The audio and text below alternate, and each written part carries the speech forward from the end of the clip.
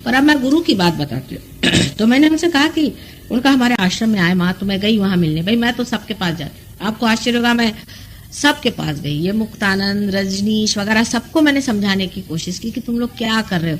सारे गुरुओं से जाके मिलती हूँ, उनसे समझाती हूँ। उल्टे वो लोग फिर क्या कहते हैं कि वो हमारी शिष्या है, वो हमारे पास आई। इन बेवकूफों को क्या कहा जाए।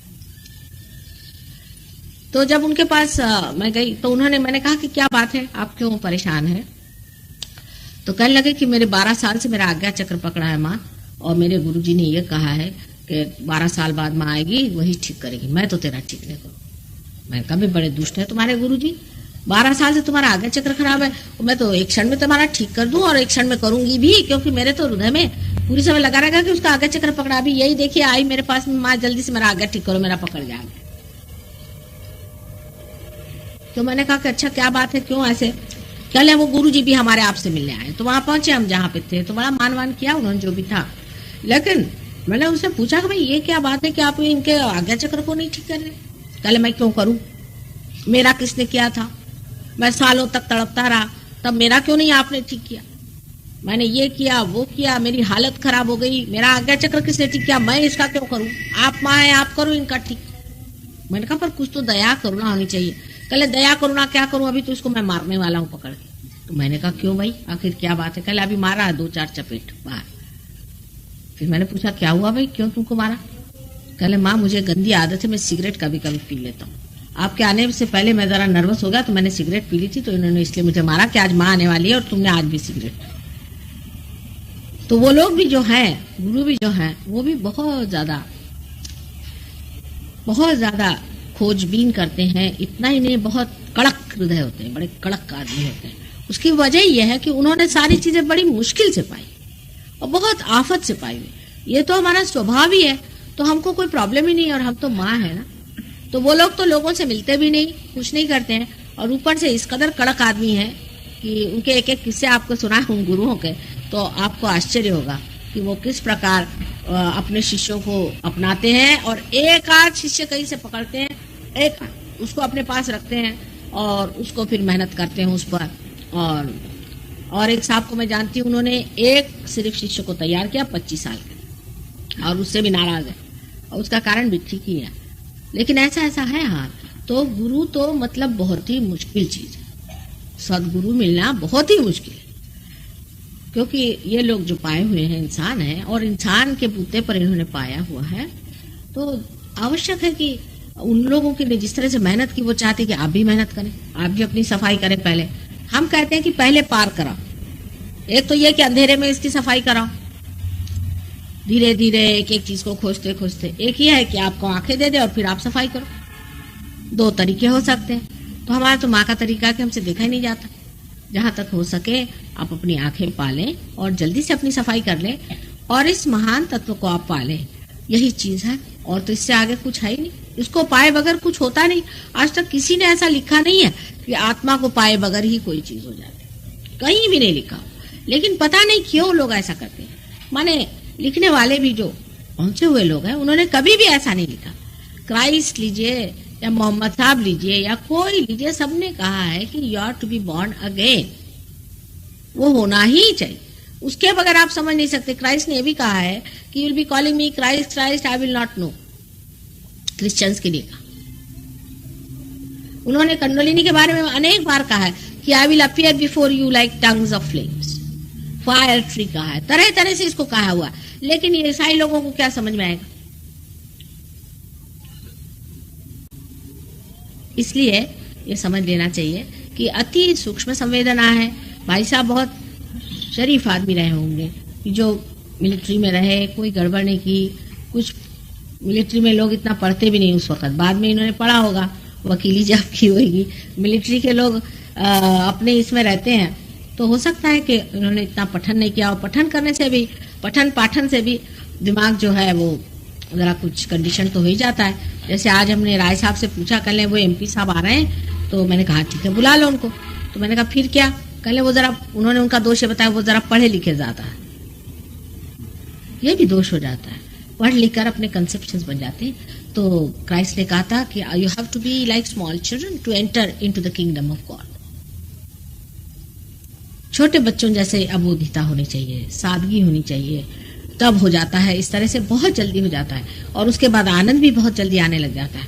किसी किसी को देर लगती है, किसी को आनंद पहले आता है, फिर इसका पूरा सत्य समझ में आता है। जैसे लेडीज हैं, उनको आनंद ज्यादा आता है, उनको सत्यवत्य से कोई मतलब नहीं, वो अपने आनंद में बैठे रहते हैं। उनको कोई मतलब नहीं है कि इसको जाने कुंडलिनी कहाँ है, चक्र कहाँ है, फलाना कहाँ है। ये छोटे बच्चे भी हैं, ये अपने आनंद में आके सो जाते हैं, इनको भी जानने की कोई जरूरत नहीं। पर सब्जेक्टिव नॉलेज होने की वजह से आप जान ही जाते, चाहे आप उसको बुद्धि से जाने या न जाने, आप जान ही जाते। वो किस प्रकार, वो आज मैं आपको बताऊं। आपसे कल मैंने नाभि चक्र के बारे में कहा और ये भी कहा कि अगर हमारे देश का नाभि चक्र अगर प्रबुद्ध हो जाए तो कोई वजह नहीं कि हमारे देश की गरीबी पूरी तरह से मिट जाए। अब इस नाभि चक्र पे एक बात जरूर बतानी होगी, जो कि मैंने पहले भी कहा आपसे, कि इस पे दो तरफा दो नाड़ियां इसके साथ में चलती हैं और बहुत ही निगड़ित है, बहुत ही नजदीक है।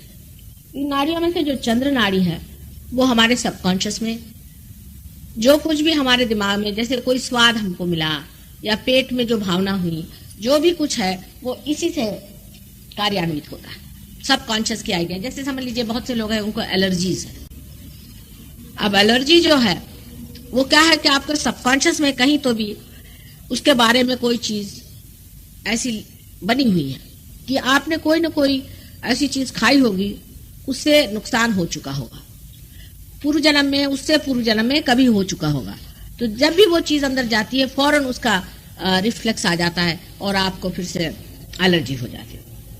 और राइट साइड में भी सूर्य की नाड़ी, सूर्य की नाड़ी में भी जो कुछ भी आप आगे के लिए सोचते हैं, फ्यूचर में सोचते हैं, उसका भी सूर्य चक्र भी वहीं पे है।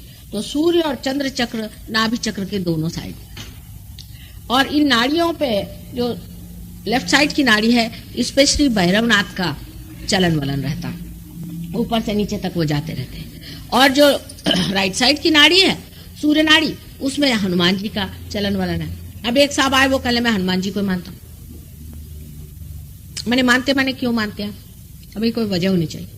आप हनुमान जी को ही क्यों मानते? कोई चीज, कोई आपको मंत्र देता है, कहता कि चलो तुम सूर्य नमस्कार, तो आखिर क्यों? आपको क्या जरूरत है सूर्य नमस्कार करने की? उसका भी साइंस है। अगर आपके अंदर ऑलरेडी सूर्य है बहुत ज्यादा, तो आपको बिल्कुल सूर्य नमस्कार करने की जरूरत नहीं। हाँ, अगर किसी के अंदर लेफ्ट साइड ज्यादा हो तो वो सूर्य नमस्कार करे। अब जिसकी लेफ्ट साइड ज्यादा बढ़ी हुई है वो राइट साइड करे, और जिसकी राइट साइड ज्यादा बढ़ी है वो लेफ्ट साइड करे। इसका भी शास्त्र है। ऐसा तो शरीर में भी नहीं होता है। समझ लीजिए आपकी नाक में तकलीफ है तो आप जरूरी नहीं कि आप सारे केमिस्ट की दुकान खा लें। तो हाँ और था, ये दो नाड़ियां हैं। इस नाड़ी को स्वच्छ रखने के लिए आसनादि जो भी बताया गया है, ये पूरा हठ योग अष्टांग योग है। उसमें कोई आप एक चीज लेकर के करें सिर्फ कि हम आसन कर रहे हैं, वो तो बहुत ही गलत चीज हो गई। क्योंकि आप किस लिए कर रहे हैं, कौन से चक्र पे कर रहे हैं, उसकी क्या जरूरत है, वो बगैर जाने हुए बस सब सवेरे से उठे पश्चिमोत्तासन करो, ये आसन करो, वो आसन करो। और ये भी ज्ञान जो हमारे पास आया है, ये उन लोगों ने वो लोग लाए हैं जो कि जंगलों में गए और वहां पर गुरुओं के साथ रहे भी, और गुरुओं ने कहा कि तुम ठीक नहीं जाओ। वो तो निकालने पे ही लगे रहते हैं। गुरु लोग तो बहुत मुश्किल से टिकाते हैं, उनकी तो 7 मंजिल पहले चढ़नी पड़ती, पहले किस पे के चिमटा मारते रहते हैं, देखते हैं कि इसकी खोपड़ी कहाँ तक साबित है, इसकी श्रद्धा कहाँ तक है हमारे ऊपर। जब वो बिल्कुल ही सिखाने का हो जाता है तब उसे एक्सेप्ट करते हैं। तो ये जो बीच के निकले हुए आधे अधूरे लोग होते हैं, ये बस ये आसन कहीं कुछ लेकर के चले आए और लगे गुरुजी बन गए और सिखाने लगे। उससे इतना नुकसान होता है कि हठ योग करने वाले, जो सो कॉल्ड हठ योग जिसे मैं कहती, सिर्फ आसन करने वाले का हमेशा हृदय चक्र पकड़ जाता है। अभी एक साहब होंगे यहाँ भी बैठे हुए, उनको हठ योग में हृदय का विकार हो गया, तो उनको फिर उन्होंने बताया कि अब हृदय का विकार हो गया तो अब ये दूसरे आप आसन करो, वो भी हृदय के। तो मैंने कहा कि ये किस सिलसिले में? माने सम्यक ज्ञान जिसे कहते हैं इंटीग्रेटेड नॉलेज, ये तभी हो सकता है जब आप पूरी चीज को देखें। तो ये दो नाड़ियां जो नाभि चक्र के दोनों तरफ में है, इन दोनों का बड़ा ख्याल रखना चाहिए। उसमें से जो लेफ्ट साइड की नाड़ी है, उसी के कारण मैं आपसे गुरुओं को मना करती हूँ। वो ऐसे कि इस तरफ में जितना कुछ मृत है, जो कुछ सबकॉन्शियस में है, जो भूत है, वो सारा, उससे आगे आपके कलेक्टिव सबकॉन्शियस है लेफ्ट साइड। तो जो कुछ मरे हुए हैं वहीं पर है। अब कुछ लोग ऐसे होते हैं मरने के बाद भी वो तृप्त नहीं होते, बड़े दुष्टात्मा होते हैं। कभी आत्महत्या की वजह से, कोई माँ बाप भी ऐसे होते हैं मर जाते हैं, उनको लगता है चलो बच्चों पे फिर से आ जाए, वो वही मंडराते रहते हैं। ये लोग जो मंडराने वाले हैं यही जो है हमारे ऊपर असर कर जाते हैं। इन्हीं को बैड स्पिरिट्स कहते हैं और इन्हीं को स्पिरिट्स भी कहते हैं अंग्रेजी में। अरे ये भूतात्मा होते हैं। और ये जो भूतात्मा है, इनमें से जो लोग समझदार होते हैं वो अपनी जगह चले जाते हैं प्रेत लोक में। वो कोई आपके अंदर घुसते नहीं, आप पे असर नहीं करते। पर ऐसे बहुत से लोग मंडराते रहते हैं। फिर आजकल के जमाने में जो बहुत से गुरु लोग हैं, ये सब लोग राक्षस हैं, बहुत से राक्षस ही इसमें।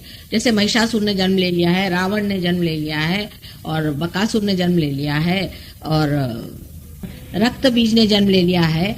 बहुत से लोगों ने, बहुत से राक्षसिनों ने भी जन्म ले लिया, अब वो गुरु बने बैठे। तो ये लोगों ने भी बहुत से ऐसी अपनी आर्मी लेके आए हुए हैं जो कि वायरस की जैसी है। वो आज्ञा चक्र पे बिठा दें आपके, तो वो चली जाएगी आपके लेफ्ट साइड में, आप खींच जाएंगे उधर। ये लेफ्ट साइड का जो प्रॉब्लम है, इसमें तरह तरह से लोग करते हैं। जैसे आपके घर में एकदम से लगा कि एक गणपति आ गए, ये सब कल युग में हो रहा है, पहले कभी नहीं हुआ था।